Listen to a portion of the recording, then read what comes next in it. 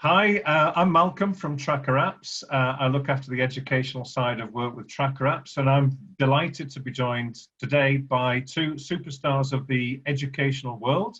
My colleague at Tracker Apps, Sally Hirsch. Sally, hi. Hi, hello everyone. Very nice to be here chatting with you, Malcolm, and with our other expert, who is the amazing Cathy. And Sally is the founder and CEO of Tracker Apps. And Cathy, please, it's really a great privilege to have you with us. Just let everybody know who you are, what you do, and how they can contact you.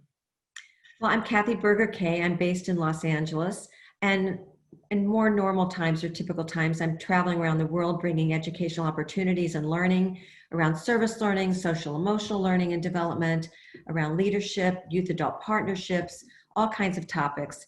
But now I'm doing a lot of virtual travel like we are, and I can be reached very easily at Cathy@cbkassociates.com, and I'd love to hear from people.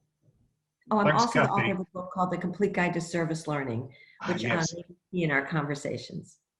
I know that I have been heavily influenced in my career by that book, and thanks for giving it to me for free for many years ago. Certainly a lot of the work that I did when I worked at the IB was based upon that and drew influence from it, and in some cases even more than drew influence from it. So thank you for all you've done for educators, for students, and for communities around the world. Well, thank you, Malcolm. It's very kind. So let's start with some easy questions, shall we? But maybe not as easy as they might sound. So first of all, what is service learning? Well, that's a good foundation question for sure. So service learning is an approach to teaching that is really just good education. And it's a process that really guides young people to take what they're learning in academic situations or through their extracurricular experiences and helps them transform their ideas, their words, what they're thinking about into ideas and then into action. And the action is not just to take a test or to create a diagram or to write a report. It's to connect what they're doing with some actual need in the community that they've identified, they've verified, and they've built partnerships around, and they really do something that matters. This gives them a sense of purpose. I don't know about you, but when I was in school, I seemed to spend a lot of time looking out the window wondering, why am I learning this? Anybody besides me? I think many people could relate to that experience. For decades, actually. Right. And I even talk to teachers when I do my workshops and say, how many of the teachers look out the window, wonder, why am I teaching this, right? So service learning answers the why. It connects what we're learning in academics with process and purpose. And I love doing it. I love bringing it to schools. It really re-enlivens and re-engages both the teachers and the learners. It's a great answer. When we think about meaning, and the relationship between meaning and engagement, student motivation, because we will learn when it's got more meaning, relevance to us, to our lives. So that's great. Now, one small question to pick up on what you said about service learning, which is really explains it very clearly. My children do volunteering. What's the difference between volunteering and service learning? And maybe community service as well, because that's a term that we often see those three terms interchanged a lot, and they're not interchangeable, but I don't think people understand what's the difference. So it would be great to have that clarification there. Well, I'm glad you raised it. So the word volunteer is a word we use a lot in our communities. So we need volunteers. You know, if all the volunteers left what they were doing, that would affect our hospitals, our libraries, our schools. So many institutions rely on volunteers.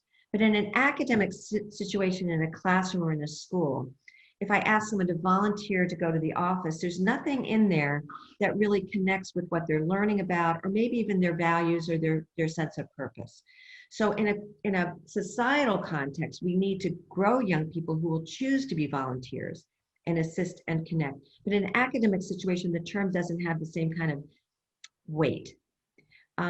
The term community service is a term I used a lot in the 80s, and I thought that term was really wonderful, but then it got kind of co-opted. So when you hear the word community service, what does it make you think of? Punitive. It's a punishment, and there's an hour requirement, or there's a checkbox associated with it. You nailed the three things. So in many countries, it's aligned with punishment. England, Australia, the United States, just to name a few. You could get community service because if you're a celebrity in Beverly Hills, you would shoplifting, right? So that was the joke for a long time. You get your hands slapped to get community service. And so people align community service with having done something wrong which is very different from doing something because you make that choice. And then in schools, when it's aligned with hours, it become like you said, a tick box. And as soon as I meet my hours, then we're done. And I remember hearing teachers tell me, I was setting up some chairs in a classroom and a student came in and said, can I get community service hours for helping you set up chairs? Yeah. No, that's nothing to do with it. I'm not setting up chairs, so it's not about, so it's just not what we can use anymore. And I'm sorry, because I think the term, there's nothing wrong with it, but it's got these realignments or associations that just don't seem to work. Mm-hmm. So service learning is different. It really connects both the learning and the service in a way that's very strong. So we're always benefiting, as are the recipients of the action. And it's really done with others, not for others. So it's not this patronizing kind of aspect that we go in to help others. And that's a real key aspect of the service learning process, that we don't approach communities from a deficit model. We don't talk about what's wrong with them. We look at what are their assets and how do then we partner and build together. So I'm really glad you brought up those three terms. It's very important to clarify them and to know what we're doing and what we can call it. And you that's very clear. Thank you. You appear to be also alluding to almost the savior complex that is unfortunately rather prevalent. Yeah, so we have to be wary of those things. And all these things are things we can bring up in conversation with youth. It's not something adults need to solve on the background and then bring the answers to you. This is part of the dialogue we want to create with young people. What is community service? What is volunteer? And help them unravel these terms. One of the things when you take workshops with me, I never give definitions, or rarely. It's all about helping people figure things out for themselves. Yeah. So if we give a definition to a young person, they have to memorize it. If they construct it themselves, they own it. Mm. Well, thank you, Cathy, for being forced to give us some definitions. That was really clear. Thanks a lot. Thank you.